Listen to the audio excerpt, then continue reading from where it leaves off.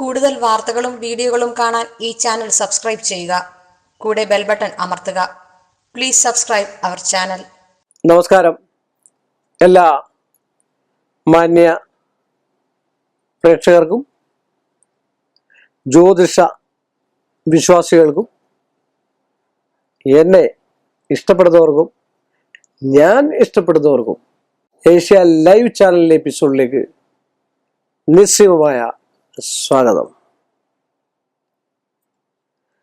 പല ആൾക്കാർക്കും ഒരുപാട് പ്രാവശ്യം സംശയങ്ങൾ ഞാൻ പലവട്ടം പറഞ്ഞിട്ടുള്ള ഒരാള് വളരെ സങ്കടത്തോടു കൂടി ഹിന്ദു മതത്തിൽപ്പെട്ട ആളല്ല, അന്യമതസ്ഥനായ ഒരാള്, അതായത് ഇതിനെക്കുറിച്ച് കൂടുതൽ മറ്റു കാര്യങ്ങളോ ഒന്നും അറിയത്തില്ല. ഇപ്പൊ എങ്ങനെയോ എൻ്റെ എപ്പിസോഡ് പുതിയ എപ്പിസോഡുകളാണെന്ന് തോന്നുന്നു കണ്ടതിന് ശേഷം അദ്ദേഹം എൻ്റെ അരികിൽ വന്നു. അപ്പൊ അദ്ദേഹം ചോദിച്ചത്, തെക്കോട്ട് തലവെച്ച് കിടന്നു കഴിഞ്ഞാൽ മരണം സംഭവിക്കുമോ? 2 വീടുകൾ അടുപ്പിച്ചാണെന്ന് പറഞ്ഞു. കാരണം അദ്ദേഹം ഗവൺമെന്റ് ഉദ്യോഗസ്ഥനായിരുന്നു, റിട്ടയർഡായി, മക്കൾ വെളിയിലാണ്. അപ്പൊ മകന്റെ ഒരു വീട് വെക്കാനായിട്ട് അടുത്ത് തന്നെ അദ്ദേഹമാണ് ആ വീടും എല്ലാം നോക്കി നടത്തിയതും പണിതതും എല്ലാം മകനെല്ലാം ഏൽപ്പിച്ചിട്ട് പോയതാണ്. അപ്പൊ അതുകൊണ്ടാണ് അദ്ദേഹത്തിന് അന്ന് തൊട്ട് പല രീതിയിലുള്ള സംശയം. ഞാൻ പറഞ്ഞില്ലേ, 1-2 എപ്പിസോഡ് കണ്ടതിന് ശേഷമാണ് ഇതെന്നോട് വന്ന് ചോദിക്കുന്നത്. അപ്പൊ ഞാൻ അദ്ദേഹത്തോട് പറഞ്ഞത്, അങ്ങനെ ചോദിക്കാനുള്ള കാരണം, മരണം തെക്കോട്ട് തലവെച്ച് കിടന്ന് മരിച്ചു പോകുന്ന ആരെങ്കിലും കണ്ടിട്ടുണ്ടോ എന്ന് ചോദിച്ചു. അങ്ങനെ വല്ല സംശയം കൊണ്ടാ? അതല്ല, തെക്ക് ഭാഗം സാറേ. അപ്പൊ അദ്ദേഹത്തിന് അത്രയും പ്രായം കൂടെ ഉണ്ടെന്ന് മനസ്സിലായി. തെക്ക് ഭാഗം സാറേ, അടക്കം നിങ്ങളുടെയൊക്കെ ഇതിൽ അടക്കം ചെയ്യാനും അല്ലെ ദഹിപ്പിക്കാനും മാത്രമല്ലേ ഉപയോഗിക്കുന്നേ, തെക്ക് അതുകൊണ്ട് ദോഷമല്ലേ? ഞാൻ പറഞ്ഞു, തെക്ക് ഒരു ദോഷമില്ല. തെക്കോട്ട് ദർശനമുള്ള വീടുകൾ എത്രയോ എണ്ണമുണ്ട്.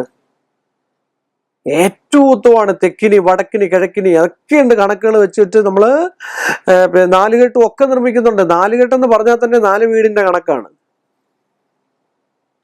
വാസ്തു നിഷ്കർഷിക്കുന്ന 4 വീടുകളുടെ കണക്ക് ഒത്തൊരുമിച്ച് ചേരുന്നതാണ് ഒരു 4 കെട്ട് അല്ലേ?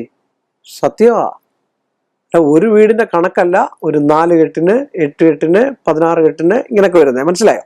4 വീടുകളുടെ കണക്കൊന്നിച്ചു വരുമ്പോഴാണ് 4 കെട്ടുണ്ടാവുക.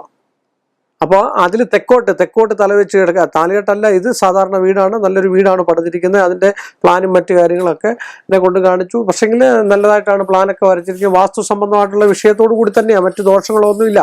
തെക്ക് ഭാഗത്ത് കുഴികളോ അങ്ങനെയുള്ള കാര്യങ്ങളോ ഒന്നുമില്ല. തെക്ക് ഭാഗം കിളർന്ന് കിടക്കുക. ഒരു ഭൂമിക്ക് ഒരുപാട് കാര്യങ്ങൾ, ഏത് രീതിയിലുള്ള ഭൂമിയിൽ വേണം വീട് വെക്കാനെന്നും ഒക്കെയുണ്ട്. ഭൂമിയും നല്ലതായിരിക്കണം. അത് ഉത്തമനായ ജ്യോത്സ്യനെ ആദ്യം കണ്ടതിന് ശേഷം ഇന്ന ഭൂമി വാസയോഗ്യമാണോ, ആ ഭൂമിയിൽ താമസിക്കുന്നതിന് കുഴപ്പമുണ്ടാവോ, ആയുസ്സും ഐശ്വര്യവും സമ്പത്തും സമൃദ്ധിയും ഉണ്ടാവോ, അവിടെയുള്ള കുട്ടികൾക്ക് പഠിക്കാൻ പറ്റുമോ? ഈ പഠിക്കാൻ പറ്റുന്നത് ഏറ്റവും നല്ലത് നമ്മുടെ വീടിന്റെ കിഴക്ക് വടക്ക് ഭാഗത്ത് നമ്മൾ സൂര്യനെ നോക്കി നിന്നാൽ ആ ഭാഗം കിഴക്ക്, നമ്മുടെ തൊട്ടു ഭാഗം പടിഞ്ഞാറ്, നമ്മുടെ ഇടത്തു ഭാഗം വടക്ക്.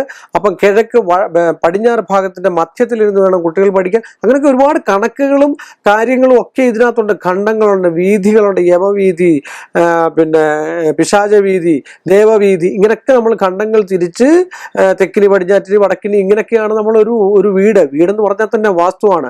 അത് 1-2 സെന്റിലേ ഉണ്ടെങ്കിൽ തന്നെ അവിടെ തന്നെ വാസ്തുണ്ട്. വാസ്തു എന്ന് പറഞ്ഞു കഴിഞ്ഞാൽ പ്രപഞ്ചത്തിൽ ഉണ്ടായിരിക്കുന്ന അവസ്ഥാന്തരത്തിൽ അവിടെ താമസിക്കുന്നവർക്ക് ഐശ്വര്യവും സമ്പൽ സമൃദ്ധിയും ഒക്കെ ഉണ്ടാകാനും ദുരിതങ്ങളും മരണങ്ങളും ഒക്കെ ഉണ്ടാകാനും, വെച്ചാൽ അനിശ്ചിതമായിട്ടുള്ള സമയത്തുള്ള, നമ്മൾ നിശ്ചയിക്കാത്ത സമയത്തുള്ള മരണം, ഒരു 16 വയസ്സിലോ 17 വയസ്സിലോ ഉള്ള മരണങ്ങളൊക്കെ ഉണ്ടാകാതിരിക്കാനാണ്. അപ്പൊ അദ്ദേഹത്തിന്റെ ചിന്താഗതി മൊത്തം ഇതൊക്കെയാണ് മനസ്സിൽ. കാരണം തെക്കോട്ട് തലവെച്ച് കിടന്നു കഴിഞ്ഞാൽ മരണം സംഭവിക്കും. തെക്കോട്ട് തലവെച്ച് കിടക്കുന്ന ഏറ്റവും ഉത്തമമാണ്, അത്യുത്തമം.